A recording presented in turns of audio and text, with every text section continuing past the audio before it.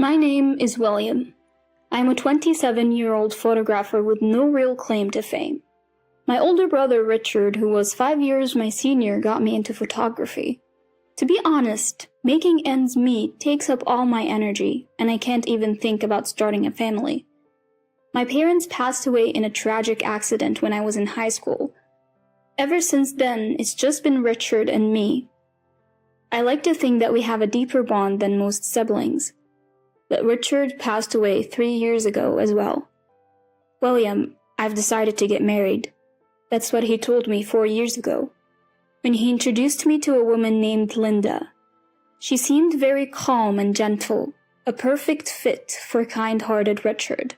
However, Richard didn't want a big wedding ceremony, perhaps because he had lost our parents.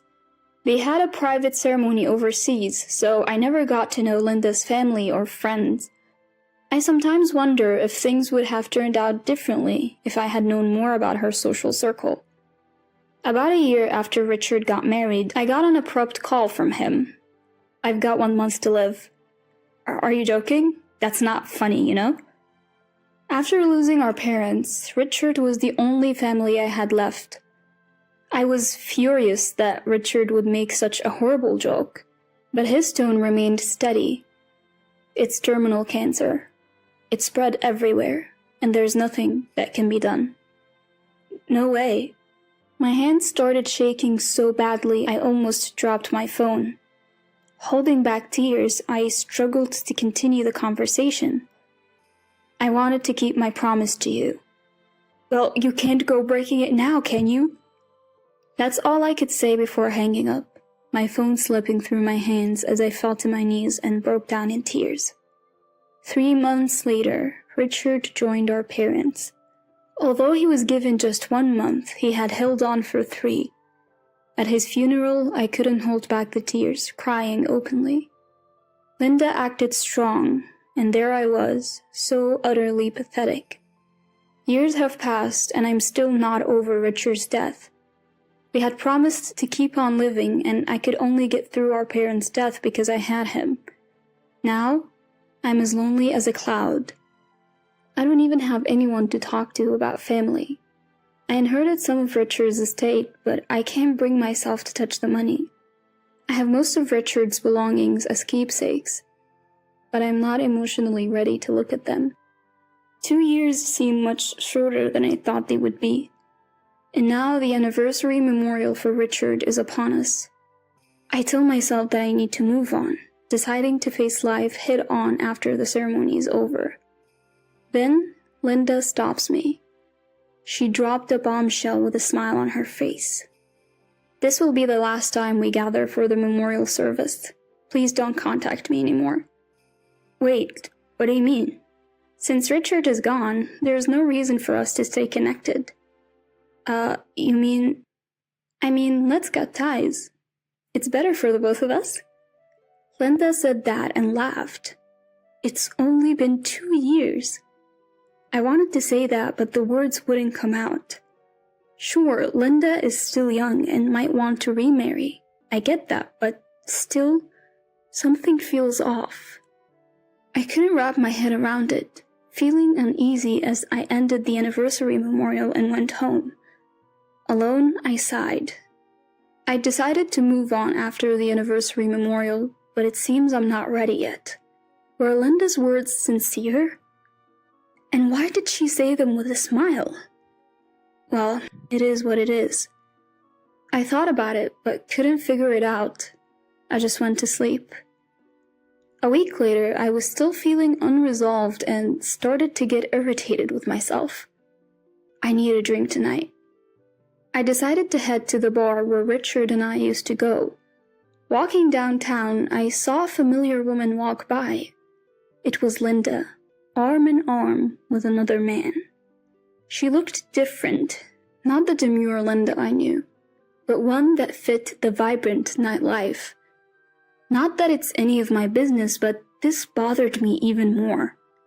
When I got to the bar, there were no other customers, perhaps because it was still early.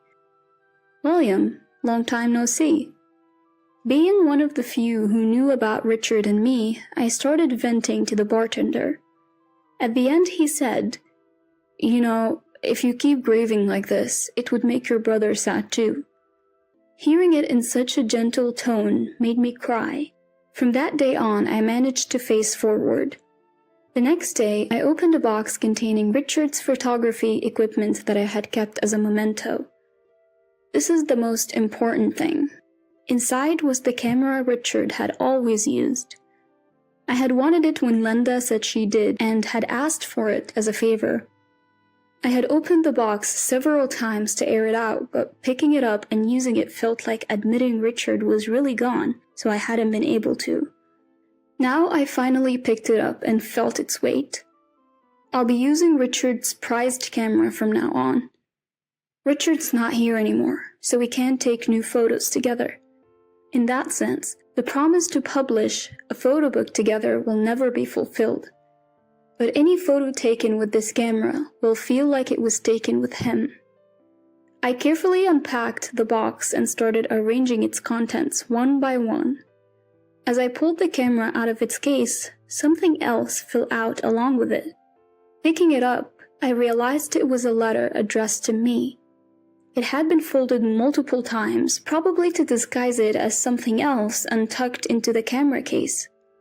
Upon unfolding it, it was addressed to William, and the contents revealed information I'd never heard before, suggesting it was written after a terminal diagnosis.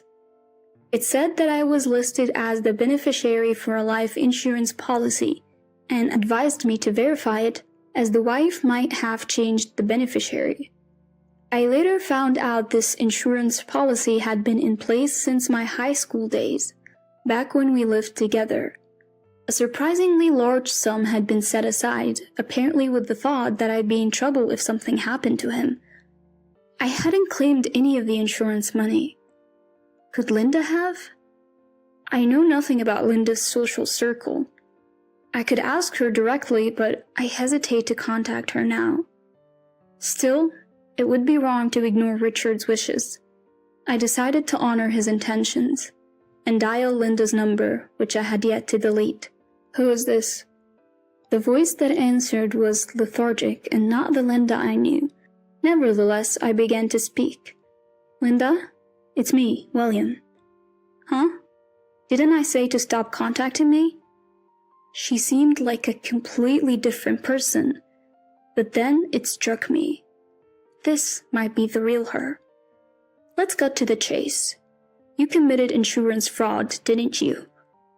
"What are you talking about?" "You claimed Richard's life insurance, right?" "Life insurance? Of course, I'm his wife. Why shouldn't I?" "The policy was supposed to be in my name." "What? That's not true. I claimed it, so I am the beneficiary. What is this? You short on cash or something?" This confirmed my suspicions about her true nature, and I had been completely blind to it. But did Richard see it after they got married? Naturally, a spouse would be the beneficiary after marriage. Maybe you were before we got married, but I was the beneficiary when he passed. Now, I can live comfortably thanks to that. Her laughter irked me. "Stop messing around. What do you think of Richard?" "That's none of your business. It was a matter between spouses. Don't contact me again." I looked at the screen of my phone after she hung up and sighed. A month later, Linda appeared before me, just as I'd expected. "Long time no see, William." Before me stood the Linda I first met. Remarkable how people can change. "What do you want?" I replied, clearly annoyed. "So there are other things left behind by him, right? I have a right to those too, don't I?" "Ah, are you talking about the photo book?" "Yes, royalties. I have a right to receive some too, don't I?" "What? Why?" "Because I was his wife, that's why." To give you the backstory, this all began sometime after Richard passed away. Sitting before me is Brown, from the publishing house. Brown had known Richard for a long time and came to me with the idea of creating a photo book from our collected works. He had the data from the camera Richard used, and they had been in discussions about it. However, when Richard died, the project stalled.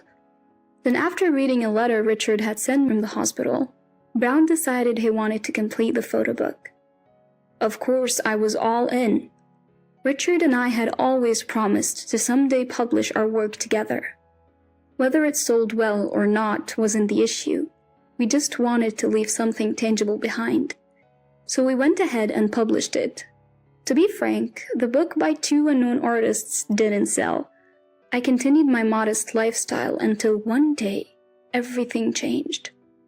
Brown contacted me to say that our book had suddenly become popular online. Is it possible that a photo book from 2 years ago becomes a hot topic? I had my doubts about this, but when I looked it up on the internet, I found that the photo book was indeed a hot topic. A well-known influencer had praised it on social media and the posts had gone viral. The book's newfound fame also secured the publication of another photo book, elevating me to a full-fledged photographer. And that's when Linda, eyeing the royalties, showed up at my door. This is where my counterattack begins. That book was something Richard and I wanted to publish. I don't want you tainting it. Just go away. Don't give me that idealistic talk. The royalties are split, right? That means I have the right to some. It's clear her only interest is in the money. I am furious. What does she think Richard meant to her? We had cut ties, and yet here she is making demands. Let's talk about the insurance money instead. Insurance money? Can we not? That's not important right now. It is important, but fine. Let's stick to the photo book. That was self-published, so there are no royalties. However, my new book is bringing in lots of royalties. What? What are you talking about? There is no money for you to take. Moreover, you're facing fraud charges over the insurance money. What will you do? I didn't commit any fraud. Are you still going on about that? What about the $300,000 you received? Your name was on it, but she interrupts me. So, it's my money. But Richard changed that just before he passed. I can get handwriting analysis results anytime. I am done beating around the bush. Linda's face visibly changes as I get to the point. Handwriting analysis? You started looking into the insurance money when Richard was hospitalized. You found out that I was the beneficiary. If Richard were to pass away, you would get nothing. So you changed the beneficiary without Richard's permission. Linda backs away, her face pale. I show no mercy. Richard left me a letter. He must have seen through you changing the recipient on your own. That's why I had a handwriting analysis done. I have all the evidence I need. You must be mistaken about something. You knew about Richard's insurance policy, didn't you? And got blinded by the payout. Richard's letter mentioned that your personality changed dramatically after the insurance money became a topic. Linda glares at me, but doesn't say a word. You hardly talked about anything else with Richard once you found out, huh? You knew he didn't have much time left and only saw dollar signs. You underestimated Richard. Cut the crap. It's not like that. What's different then? Richard tried to divorce you, but you dodged the conversations. Eventually, Richard was left helpless. The only reason Richard didn't tell me while he was alive is that he still wanted to believe you weren't like that. You betrayed that trust. I bet you'd have changed your lifestyle and even became flashy the moment you got that insurance money. That's cruel to say. Linda tries to retort, but she's lost her spirit. So, can I sue you? Insurance fraud is serious business. But I won't, if you pay it all back. Pay it all back? I've already spent nearly $100,000. What am I supposed to do? It seems Linda has admitted to her guilt. But where did she spend such a large sum in such a short time? So you finally admit it. What's your next move? I witnessed the color draining from Linda's face for the first time as she collapses on the spot. I get it. I'll find a way to pay it all back. Later, I received the full $300,000. Linda sold all the luxury items she had bought with the insurance money. Apparently, she mainly squandered it on some guy and couldn't prepare much. She ended up going to her parents for help. Her father called to apologize, saying they'd cover the rest. Linda now works from dawn to dusk under her parents' watchful eyes to repay them. As for me, I've secured a book deal and royalties are coming in. I'm thriving as a photographer. All thanks to Richard.